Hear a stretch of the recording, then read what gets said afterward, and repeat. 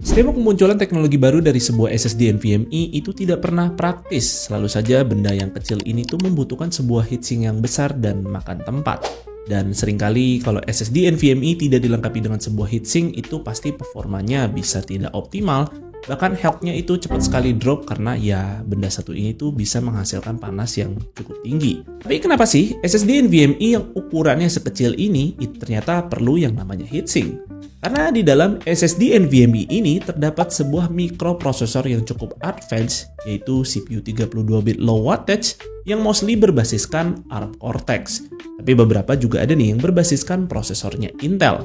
Dan mikroprosesor inilah yang dijadikan otak dari SSD NVMe ini, atau biasa kita sebut sebagai controllernya SSD NVMe. Itu sebabnya mengapa SSD NVMe memiliki kecepatan transfer yang sangat tinggi dibandingkan storage lainnya. Ya, jadi bisa dibilang computing power dari sebuah controller SSD NVMe ini itu ya bisa sangat cukup lah untuk mentenagai satu buah smartphone, dan tidak heran makanya kenapa sebuah SSD NVMe itu perlu yang namanya heatsink, terutama jika SSD NVMe tersebut memiliki kecepatan transfer yang tinggi. Seperti SSD NVMe Gen 5 itu kan rata-rata sekarang masih memerlukan sebuah heatsink yang besar-besar. Tapi gimana nih kalau ternyata ada sebuah NVMe Gen 5 yang terlihat seperti tidak menggunakan heatsink, tapi ternyata speednya itu jauh lebih kencang dan suhunya pun lebih adem dari sebuah NVMe Gen 5 yang menggunakan heatsink super tebal. Dan SSD Kingston Fury Renegade G5 ini membuat gua terkagum-kagum karena kok bisa nih speed sampai 14 GB per second tapi nggak pakai heatsink yang gede.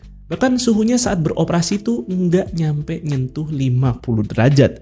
Ini teori konspirasi macam apa yang dipakai Kingston? Ya, sebenarnya Kingston Fury Renegade G5 ini adalah salah satu produk yang Kingston sempat showcase di acara Computex 2025. Dan pertama kali gue ngeliat produknya nih, gue sempat skeptis karena gue merasa SSD G5 nggak dipakai heatsink, udah pasti speednya cuman kencang di box doang nih, pas suhunya udah pasti panas nih. Tiba-tiba si Kingston ngirimin si Renegade G5 ini untuk gue nyicip, dan setelah gue tes SSD ini ternyata gue tertampar fakta nih. Ini SSD udah dia lebih kenceng dari SSD Gen 5 lain pas lagi transfer data. Suhunya pun bisa lebih adem, bahkan 50 derajat aja nggak nyampe. Dengan catatan di sini gue sama-sama tes di dalam ruangan ber-AC dengan suhu 24 derajat. Nah, rahasia di balik SSD Renegade G5 ini bisa seadem itu ternyata dia menggunakan controller dari Silicon Motion terbaru yang sudah menggunakan fabrikasi 6 nanometer dan menggunakan CPU ARM Cortex R8 yang overall membuat SSD ini tuh bisa lebih power efficient, bahkan bisa berjalan dengan baik tanpa heatsink tebal sama sekali.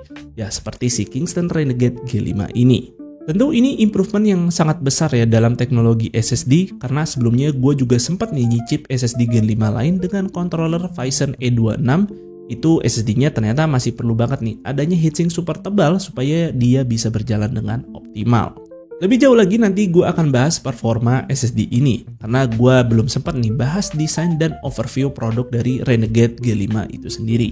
Untuk SSD-nya dia menggunakan form factor M.2 2280, dan saat ini sih memang belum ada SSD Gen 5 dengan form factor selain itu. Nah, Kingston Fury Renegade G5 sendiri memiliki opsi kapasitas mulai dari 1 TB, 2 TB, dan 4 TB. Nah, di dalam video ini gue menggunakan varian 2 TB yang di sini udah punya TBW mencapai 2000 tera dan juga memiliki garansi resmi selama 5 tahun. Nah, sebagai SSD 2 tera, si Renegade G5 ini tuh cuman single-sided aja, yang mana ini cukup jarang terlihat loh. Karena biasanya sering kali gue temukan SSD 2 tera ini tuh menggunakan desain double-sided. Nah, sekilas memang Kingston Fury Renegade G5 ini kelihatan seperti tidak menggunakan heatsink. Tapi di bagian depan ini yang biasa kita anggap sebuah stiker, nah ini sebenarnya tuh berfungsi sebagai heatsink dari SSD ini. Karena bahannya ini seperti berlapis aluminium. Namun ini hanya sebatas asumsi pribadi gue aja, karena Kingston tidak secara resmi menyebutkan bahan apa yang digunakannya. Bahkan mereka cuma menyebutkan Advanced Thermal Design. Biasanya brand itu kan suka kasih penamaan yang catchy nih untuk teknologi produknya. Tapi di sini Kingston nggak perlu. Ya mungkin aja mereka udah pede banget nih sama kualitas produknya. Oke, buat pengujian gue akan tes SSD ini menggunakan motherboard yang support SSD Gen 5 seperti Ryzen 9000 dan motherboard B850.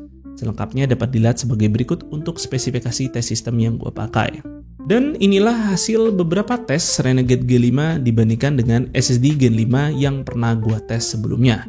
Dan karena ini gua belum banyak tes SSD Gen 5, jadi pengujiannya nggak terlalu banyak nih di sini.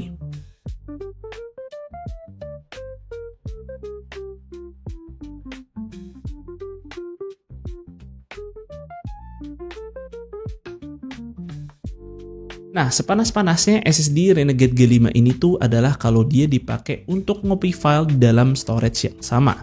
Dan dia tuh SSD-nya bisa nyentuh di atas 80 derajat. Iya, memang panas, tapi ingat ini cuma pakai heatsink bawaan yang kelihatannya kayak pakai stiker doang.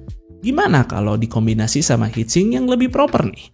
Nggak usah yang mewah-mewah lah, gue coba nih pakai heatsink SSD bawaan motherboard yang udah pastikan gratis. Eits, ternyata setup sederhana kayak gini aja, si Renegade G5 tuh suhunya langsung turun ke 50-an derajat doang. Ini sih mantep banget. Jadi ya ini pertama kalinya juga gue excited nih untuk membahas perkembangan teknologi dari SSD NVMe. Karena mungkin kurang lebih kayaknya 1 tahun ya sejak pertama kali itu gue memegang yang namanya SSD Gen 5. Sekarang ternyata SSD Gen 5 itu udah kayak gini yang dia nih udah sepower efisien itu dan bisa berjalan tanpa perlu heatsink yang super gede.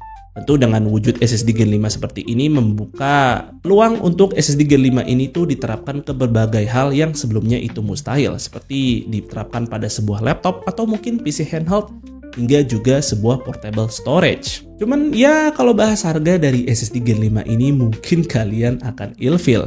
Karena untuk satu Kingston Renegade G5 ini varian 1 teranya nih termurahnya itu gue temukan di harga 3,6 jutaan. Dan untuk varian 2 terabyte-nya itu termurahnya gue temukan di 5,9 juta.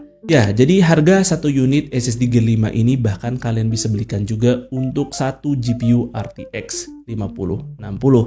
Tapi di sini Kingston berhasil menawarkan sebuah produk yang memang belum ada produk lainnya di pasaran dengan teknologi serupa. Jadi ya cukup wajar kenapa harga dari SSD Gen 5 ini cukup tinggi dan mungkin akan ada beberapa orang yang bisa mengapresiasi teknologi yang dihasilkan oleh Kingston ini. Dan juga kita perlu ingatkan kalau SSD Gen 5 ini bukanlah merupakan teknologi yang mainstream karena memang pemainnya sendiri itu belum banyak, bahkan produk-produknya juga masih sangat sedikit sekali kita temukan di pasaran khususnya di Indonesia. So, cukup wajar kenapa harga dari teknologi SSD Gen 5 ini masih cukup tinggi. Tapi gue yakin ini adalah future dari sebuah storage dan lambat laun storage SSD Gen 5 pastinya akan jauh lebih terjangkau. Ya, itu terjadi juga pada SSD Gen 4. Awal-awalnya kan sangat mahal sekali, tapi sekarang ya harganya udah kayak kacang goreng gitu. Ya, setidaknya kita bisa melihat sekarang SSD Gen 5 itu bisa diterapkan dengan bentuk ukuran yang setipis ini tanpa perlu heatsink yang super gede. Dan menurut kalian sendiri gimana nih tentang SSD Kingston Fury Renegade G5 ini? Tulis pendapat kalian di kolom komentar. Dan mungkin sih segitu aja untuk videonya kali ini. Semoga video ini bermanfaat buat kalian. Jika kalian berkenan like dan share video ini, dan jangan lupa subscribe channel Suka IT jika kalian gak mau ketinggalan kontennya. Dan jangan lupa juga follow Suka IT di Instagram dengan nama @suka_it. Gue Fadil dari Suka IT pamit undur diri. See you in the next video.